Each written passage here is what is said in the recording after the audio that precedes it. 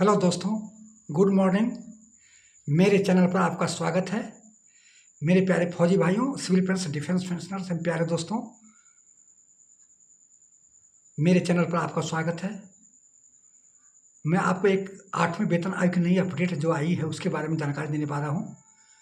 कृपया आप शुरू से लेकर लास्ट तक वीडियो देखिएगा। जब पूरी वीडियो देखिएगा तभी आपको स्टोरी और कहानी आपको मालूम होगा। तो प्लीज़ आप लोगों से रिक्वेस्ट है कि शुरू से लास्ट तक आप वीडियो देखिएगा, अधूरा मत देखिएगा। और लाइक कीजिएगा, सब्सक्राइब कीजिएगा, अपने दोस्तों के साथ शेयर कीजिएगा। लाइव सब्सक्राइब में पैसा नहीं लगता है। तो ठीक है दोस्तों, अब मैं टॉपिक पर आ रहा हूँ। आपको क्या टॉपिक है, क्या टाइटल है? 8वां वेतन आयोग में 1.92 फिटमेंट फैक्टर रहने से पैसा बढ़ेगा या घटेगा,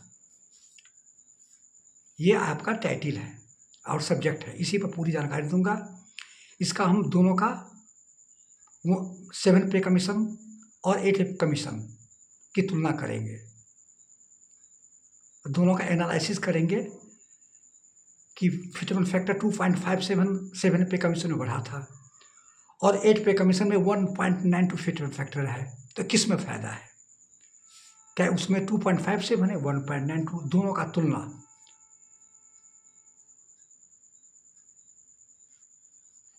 दोनों का बताऊंगा कि 7 कमीशन में फ़ायदा हुआ कि 8वां वेतन आयोग में 1.2 है। तो दोस्तों, इसके बारे में पूरी जानकारी दूंगा और पूरे अंक गणित करके मैं आपको बताऊंगा। शुरू से मैं आपको ले रहा हूँ 7 पे कमीशन में। 7 पे कमीशन में मिनिमम पे कितना था? 7,000 था। तो 2.57 से गुना कर दीजिए, 18,000 हुआ। 18,000 में आपको 7,000 माइनस कर दीजिए, तो 7,000 तो कितना हुआ? 11,000 की बढ़ोतरी हुई थी। और 8वां वेतन आयोग में 8,000 मिनिमम पे है। 1.92 से गुना कीजिएगा तो आपको 34,560 होता है। अब 34,560 में आप माइनस कर दीजिएगा 18,000, तो आपको 16,560 की बढ़ोतरी हुआ है। 16,560 का माइनस कर दीजिए 11,000 का, तो आपको आपको जो है 5560 रुपया का बढ़ोतरी हुआ। तो फायदा क्यों नहीं हुआ? भले फिटमेंट फैक्टर 8वां वेतन आयोग में 1.92 होने के बावजूद भी हमको 7वें वेतन आयोग से फायदा ज़्यादा मिल रहा है। मैं इसलिए आपको गणित फार्मूले के अनुसार आपको बताया हूँ। ये सीधे तौर पर, मोटे तौर पर मैं आपको बता रहा हूँ कि 55-60 का बढ़ोतरी हुआ है।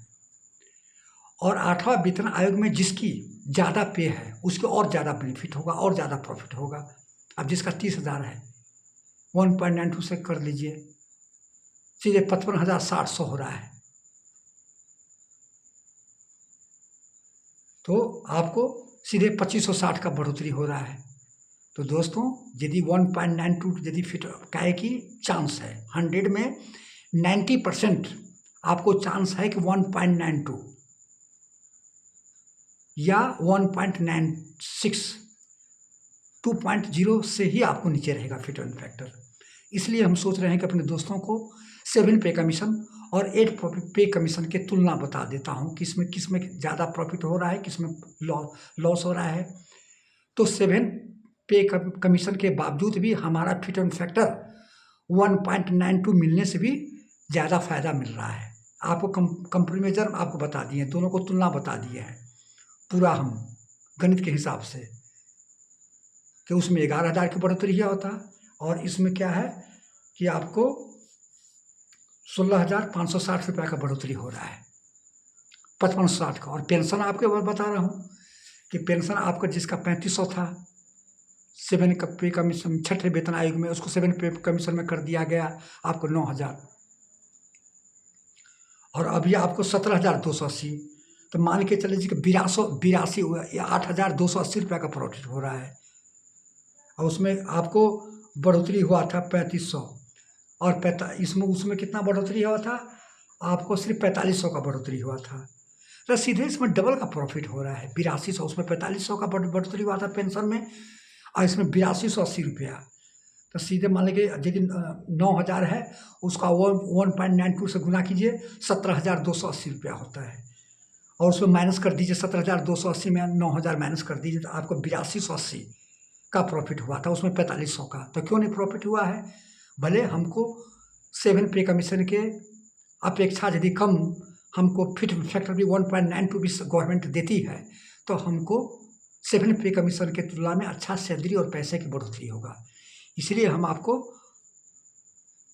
बताए हैं कि और टाइटल भी दिया है कि 8वें वेतन आयोग में 1.92 फिट फैक्टर रहने से पैसा बेसिक पे बढ़ेगा या घटेगा, इसकी तुलना में बताया हूँ। कंप्रोमाइज करके बताया हूँ, तुलना करके बताया हूँ कि आपको ज़्यादा ही फायदा होगा। भले हमको 7 पे कमीशन से कम ही क्यों नहीं फिट फैक्टर है, 1.92 ही मिल रहा है, लेकिन हमको 7 पे कमीशन से ज़्यादा प्रॉफिट हो रहा है। तो दोस्तों, ये थी जानकारी। कैसा लगा कमेंट कीजिएगा, लाइक कीजिएगा, सब्सक्राइब कीजिएगा, क्योंकि 7 पे कमीशन के तुलना में आपको 8 पे कमीशन में फिट फैक्टर कम होने के बावजूद भी हमको ज़्यादा प्रॉफिट मिल रहा है, ज़्यादा हमको बढ़ोतरी हो रही है। बल्कि हमको, क्योंकि इसमें भी फिट फैक्टर बढ़ता है, लेकिन हमारा डीए कम है, ज़्यादा डी आपको 60 और 61% जाएगा, और उस पर फिट फैक्टर, इसलिए चांस है यदि हमारा डीए यदि वही आपको यदि 100% से भी ज़्यादा रहता, तो हमारा कम से कम 2.57 से ज़्यादा फिट फैक्टर मिलता। लेकिन इसमें डीए कम रहने के डीए का कम हुआ है, और 7 पे कमीशन में 125% था, और इसमें क्या है कि ज़्यादा 61% होगा। हमारा भी 58% डीए है, तो 3% और बढ़ोतरी होगी, तो 161 पर हमारा फिट फैक्टर ज़्यादा 1.92 या 1.96 या 2.0, इससे ज़्यादा नहीं मिल सकता है। तो इसीलिए हम आपको एक अलग वीडियो बनाकर आप लोगों को पूरा विश्लेषण बताया हूँ और तुलना बताया हूँ कि 7 पे कमीशन के अपेक्षा हमको कम फिट फैक्टर मिलने के बावजूद भी हमारा 7 पे कमीशन के अपेक्षा ज़्यादा बेसिक पे में बढ़ोतरी हो रहा है। तो दोस्तों, कैसा लगा जानकारी?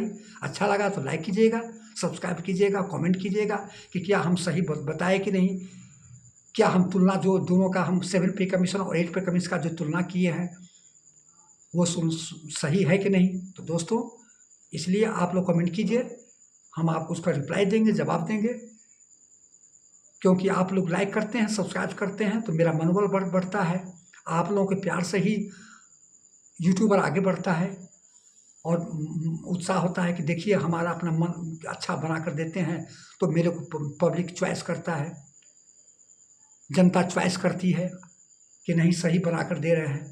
तो जो भी है हम ऑन ग्राउंड हकीकत आपको सही बताएंगे, गलत हम नहीं बताएंगे। तो दोस्तों,